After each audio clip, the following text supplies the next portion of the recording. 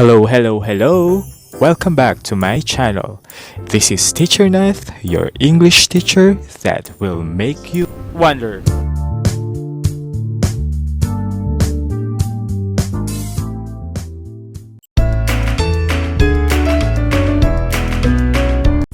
It is normal for any person to have an opinion or stand on issues happening around him or her.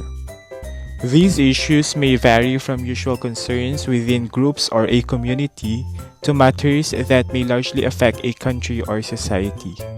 Behind someone's opinion or stand on issues that affect him or her are reasons or explanations for whichever side he or she takes. There are times when a person is compelled to provide these explanations to support his or her claims or ideas. In this lesson, you will learn how to put your opinions into writing. It focuses on deeply understanding the concept of argumentation. It will also help you identify the key elements and language features of argumentative text. While expressing opinions or claims about an issue seems to be an easy thing to do, writing effective argumentative text, such as an argumentative essay, is actually not. It requires a clear understanding of what argumentative writing is, knowing structural patterns of argumentative text, employing techniques in researching and supporting a claim, as well as using language features appropriate for argumentation. So what is argumentative writing? Argumentative writing is sometimes called persuasive writing because it seeks to convince readers to support a stand on a certain issue. It also requires the writer to examine a topic or issue which involves the collection, generation, and evaluation of exhibits and/or evidences. It further emphasizes the writer's agreement or disagreement on particular proposition. Proposition is very essential in argumentative writing. It serves as the point of reference of the argumentative writer. It is where the writer decides whether to express his or her agreement or disagreement. What is an argumentative essay? It is an essay that presents a stand or a rationale on a given proposition or issue.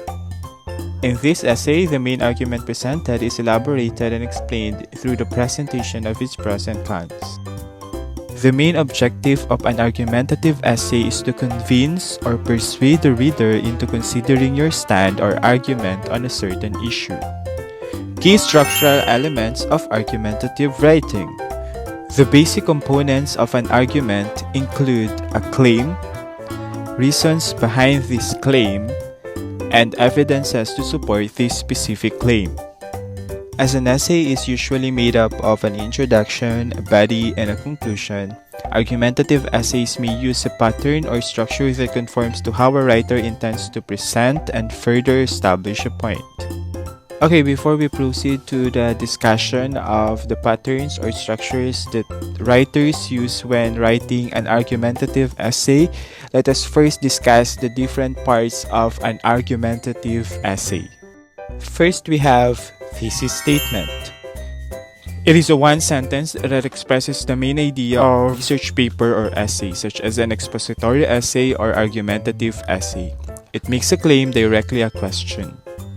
It is very specific, summarizing points that are about to be made in your paper and supported by specific evidence. Generally, your thesis statement can be the last line of the first paragraph in your research paper or essay. I have here examples of thesis statements. Okay, first we have, reading can develop a child's analytical mind.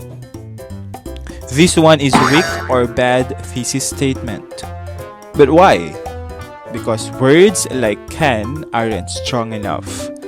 This thesis statement begs the question of how.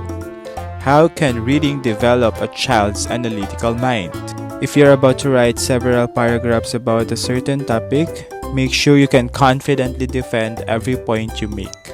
Now, how can we make this weak or bad thesis statement into a strong or good one? We should not just state that reading is good. We should also provide a sampling of all the benefits that reading can give. So here's a good or strong thesis statement. Reading develops child's mind by fostering comprehension skills, increasing vocabulary, and exposing them to new worlds they might not otherwise encounter. Let me give you another example. The internet has improved the lives of many. This one is also a weak or a bad thesis statement. Now, how are you going to make it strong or good? Okay, let me give you 10 seconds to think about it. 10, 9, 8, 7, 6, 5, 4, 3, 2, 1. So here's a good or strong thesis statement.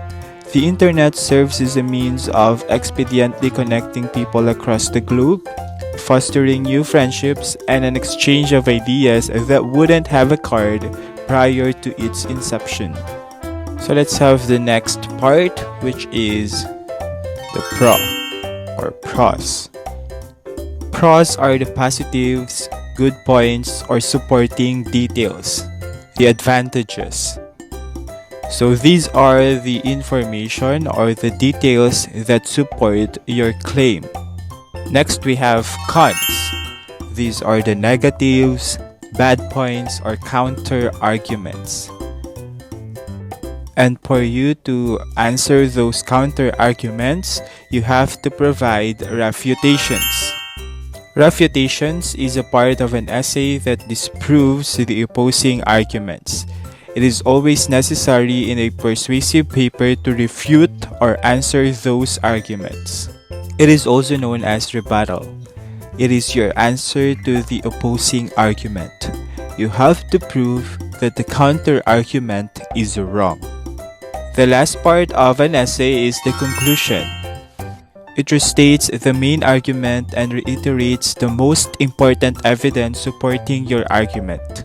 These are the final words. It connects back to the introduction. It provides a sense of closure. And those are the parts of argumentative essay. Now let's discuss the various patterns of how ideas or arguments in an argumentative essay may be presented and developed. And here are the 3 patterns that writers use. In pattern A, the thesis statement about the issue is presented in the topic sentence. It is followed by the first set of pros relative to the thesis statement. Then, the second set of pros is also presented to further support and strengthen the claim regarding the thesis statement. It is followed by the presentation of the cons or counter-arguments and refutations. Lastly, a conclusion that summarizes the ideas presented in the essay and highlights the benefits of the thesis statement is presented to the readers.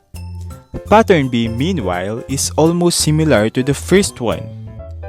The only difference is that it presents the cons or opposing ideas and refutations first before building up the thesis statement using the pros or supporting ideas.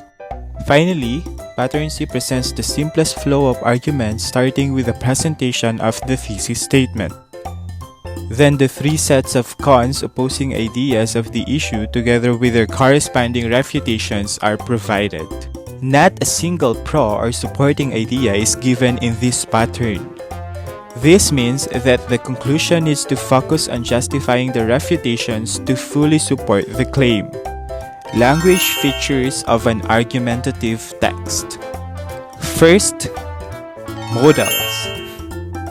The use of modal verbs like should and must to express suggestion and obligation respectively contributes to the achievement of sentences that provide support to the main argument. Examples: the public should consider wearing face shields as additional protection against COVID-19 infection. Another one: every Filipino must conserve water, energy, and other natural resources. Next, we have evaluative language. The use of evaluative language, usually in the form of adjectives, reflects the writer's attitude towards a certain idea. These words express feelings, opinions, or judgments on what they are describing. Evaluative words, including the ones listed below, can have positive or negative effects on an idea. Lastly, we have transitions. The use of appropriate transitional devices plays a great part in maintaining the smooth flow of ideas in an argumentative text. Depending on the need to bridge one idea to the others, these words, also known as connectives, help achieve coherence in writing. Through these words, the danger of the essay sounding like a group of disjointed opinions can be avoided. Some of the examples of transitional devices that you can use in writing an essay are listed below. Aside from those mentioned earlier, the use of these linguistic elements such as declarative statements, rhetorical questions, and passive construction may also help in writing compelling argumentative text. And that's it for this video. But before I end this, I would like to read this quotation by Nelson Mandela. If you talk to a man in a language he understands, that goes to his head. If you talk to him in his own language, that goes to his heart. Thank you for watching this video. I hope you enjoyed it and learned something at the same time. If you haven't subscribed to my channel yet, please do subscribe and hit the notification bell for you to get notified on the next videos that I will be uploading. Till next time!